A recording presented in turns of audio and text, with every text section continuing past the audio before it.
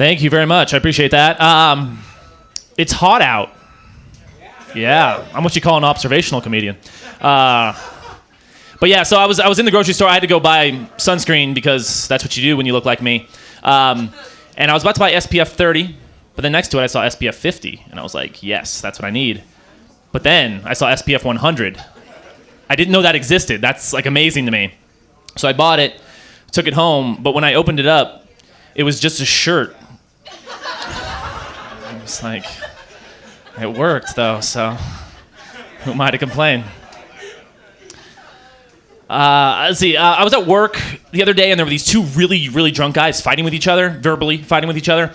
I couldn't really hear what they were saying until one walked away and the other one yelled, "Oh, you're good? How's your wife?" I was like, first I just like chalked it up to like something you say when you're really drunk. But I was like, man, like, is this guy sleeping with this guy's wife? Like, that would be super mean. And then I was like, what if his wife like just like passed away? That's like the meanest thing ever. But then I settled on like, what if he's just really hard of hearing and was genuinely concerned? Like, dude, I know we're fighting right now, and I'm really upset, but how's your wife? It's good, man. Thanks. I appreciate that. I work with this guy who's always telling stories, and I don't know, have you ever had someone take a story that wasn't racist at all, but then the way they told it, they actually made it racist? Like, it was a very basic story, too. He was like, I was in the grocery store walking down the aisle, and then these two black guys came up, and I was like, hold on, why are you whispering black guys? Like, we're allowed to say black. Wait, are we throwing them a surprise party? Because, like, if that's the case, I totally get it, but other than that, I guess, like, thank you for letting me know you're racist. I was watching a news story a few weeks ago, and it was on after a marathon. They were interviewing one of the runners, and the runner said, 2 years ago, a doctor told me I would never walk again, but look at me now. I'm like, that's an amazing story of, like, perseverance, overcoming adversity, or of a really shitty doctor. Because, like, I don't want to take anything away from the guy, but, like, how many more stories do I have to hear about someone who was never supposed to walk again, who's walking again? Just seems strange to me. Let's see. Watching that, there was some commercials on, and one came on for Papa John's, and those commercials always end the same way. Better ingredients, better pizza, Papa John's. I'm like, that's actually like a good slogan.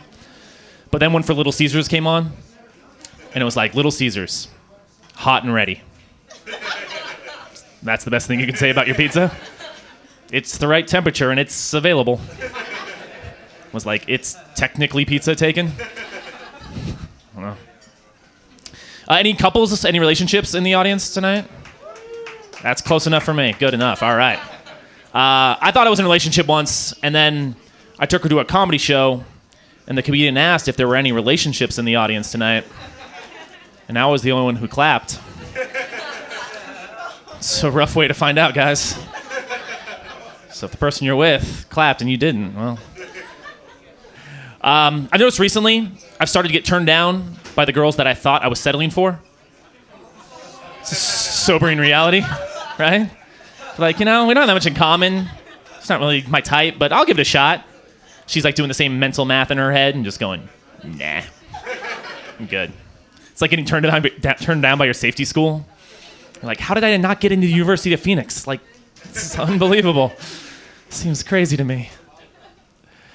Oh, what else should I talk about? Jokes. Oh, I got 1 minute. Perfect. I'm going to look at my notebook, be completely unprofessional.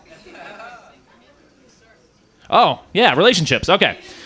I like old people relationships. Like the stories of how they get together. It's always these like adorable things, like everything's in black and white. It's great. But like, it's like what was really romantic back then would be a crime now. Like, yeah, like Grandma, how'd you meet Grandpa again? Well, I used to follow her home every day from school. And I watched her from the bushes a lot. Then I climbed in through her window at night.